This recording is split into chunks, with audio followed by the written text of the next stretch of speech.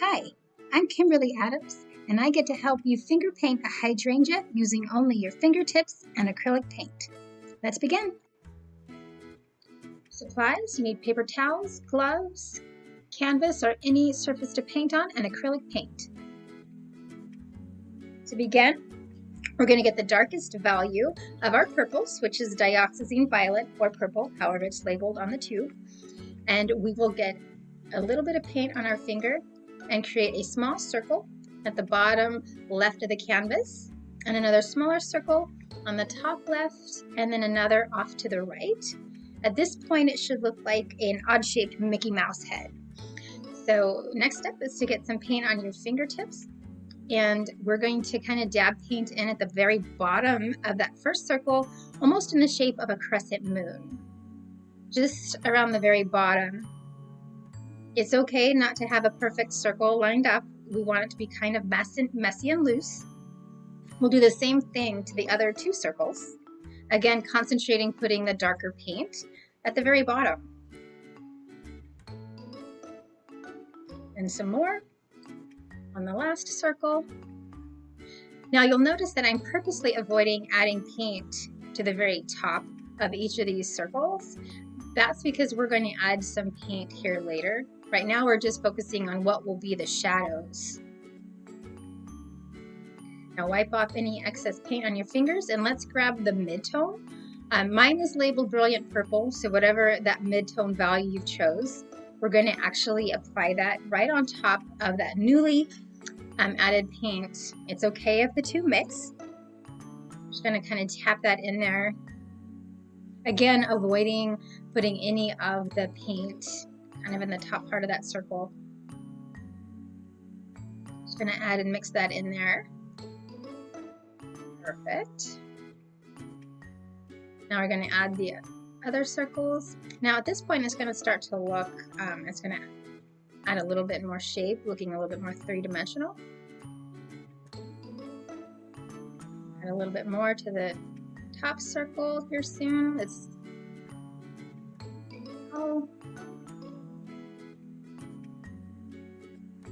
You'll notice that I've left some of the dark purple showing. That's intentional, and again we're leaving the very top part of the circles. We're not adding any paint at this time.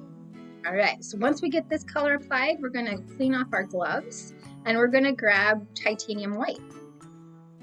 So at this point, this is going to be our highlight. So we're going to add this to the very top of each of our circles or spheres. This is going to give the illusion of where the light is shining on the hydrangea. So as we go through, you'll see that it kind of line that large circle. We're going to kind of go all the way around, adding that white in. Again, it's okay if it fades into the other two shades of purple that we have. The goal is to have a light source at the very top and it fades into the shadow or the dark source at the very bottom of the flower. We will do this for all three, giving that illusion. We've got 3 hydrangea flowers kind of floating on the canvas right now. If you squint your eyes at this point, you'll start to see that you have a really bright point, a mid value, and a dark value. That's exactly what we want. That gives a 2-dimensional surface a 3-dimensional effect.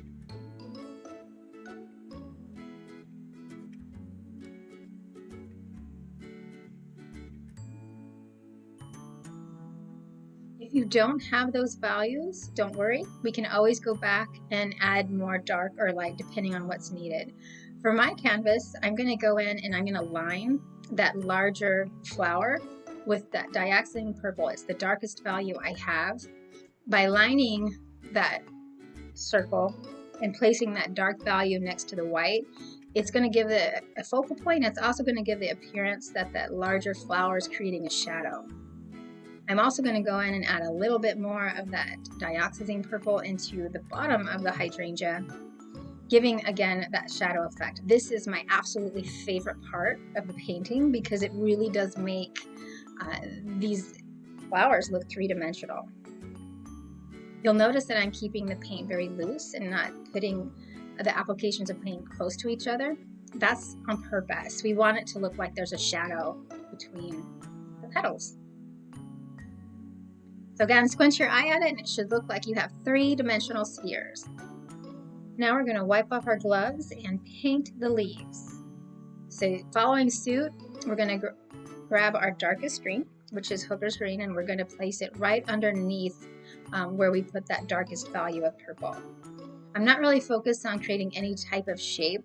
I'm just adding a shadow under each of these flowers. Again, leaving space in between the applications of paint.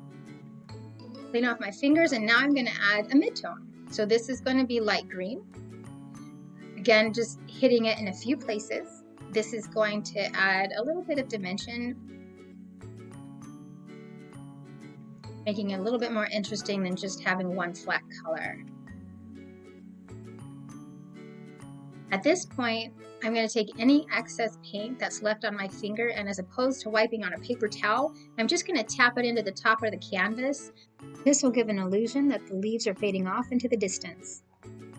So the last step is I'm going to grab the lightest value, which is yellow-green, and I'm going to put this just in a few places. I want to be very sparingly with where I apply it because I want to create some focal points of where the light is shining. So it's not going to go everywhere. Just picking up, like I said, a few places. And at this point, my canvas, for the most part, is done. We can always add a few finishing touches, but it's ready to go into a frame and up on a wall. If you want to know how I created this blue canvas background, please check out another video on prepping a canvas. Thank you again for painting with me, and I hope that you check out my website to see more videos.